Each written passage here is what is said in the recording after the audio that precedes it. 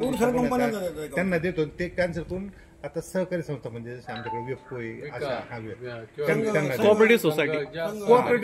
Society त्यांना तर तुम्ही नाराज होणार होणार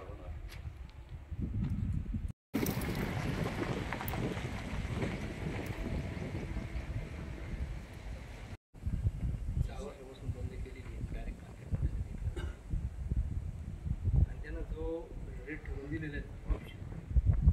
2200 रुपयानेच माल त्याच्यामध्ये कधी 2000 पण माल भेटू शकतो ना बीट लावली तर बरोबर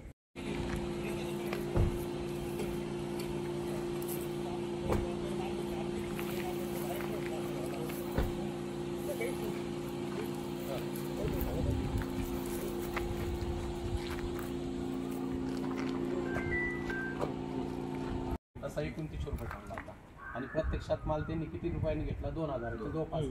म्हणजे तिथंच लगेच त्यांनी 900 रुपये मारले हा ते झाली गोष्ट म्हणजे 5 लाख टन खरेदी करायचा होता तेवढा केलाच नाही। दुसरी गोष्ट पुढे हळूहळू भाव वाढायला लागले भाव वाढायला लागल्यानंतर त्यांनी तो माल विकून टाकला आणि ज्यावेळेस बफर स्टॉक मार्केटमध्ये आणायची वेळ आली त्यावेळेस मालच राहिला नाही। मग यांनी काय केलं इकडून खाली गोळा करून दुबाळ सरकार कांदा मार्केटमध्ये आणला। मी स्वतः गेलो होतो ना दिल्लीमध्ये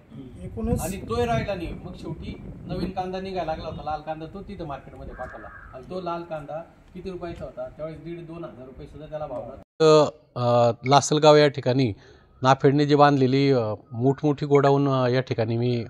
बघण्यासाठी आलो होतो कारण उद्यापासून नाफेड प्रत्यक्ष मार्केटमध्ये उतरून कांदा खरेदी करणार आहे असं समजलं आणि म्हणून मी आज या लासलगाव या ठिकाणी आलेलो आहे।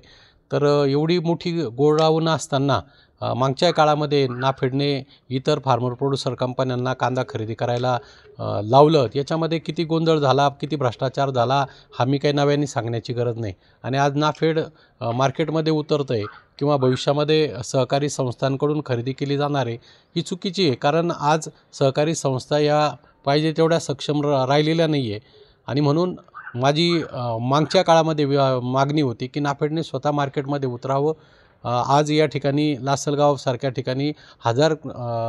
ट्रॅक्टरची आवक होते आणि त्याच्यातून कुठेतरी 10-15-20 ट्रॅक्टर ते नाफेड त्या ठिकाणी खरेदी करणार आहे तर उरलेल्या शेतकऱ्यांवरती तो अन्याय होणार आहे आणि म्हणून असं न करता नाफेडने प्रत्यक्ष बाजारामध्ये व्यापाऱ्यांबरोबर उतरलं पाहिजे बोली लावली पाहिजे। उलट जर बोली लावली तर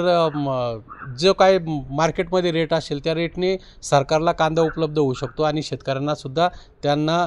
जे कष्ट करताय त्या कष्टाला कुठेतरी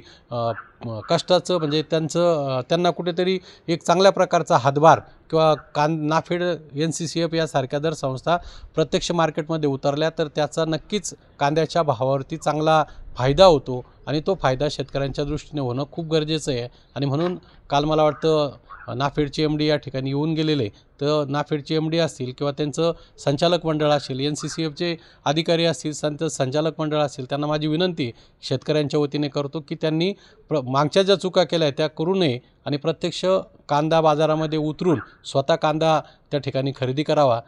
जर केला तर एका बाजूला शासनाचाही फायदा होईल आणि दुसऱ्या बाजूला शेतकऱ्यांचा फायदा होईल असं मला वाटतं।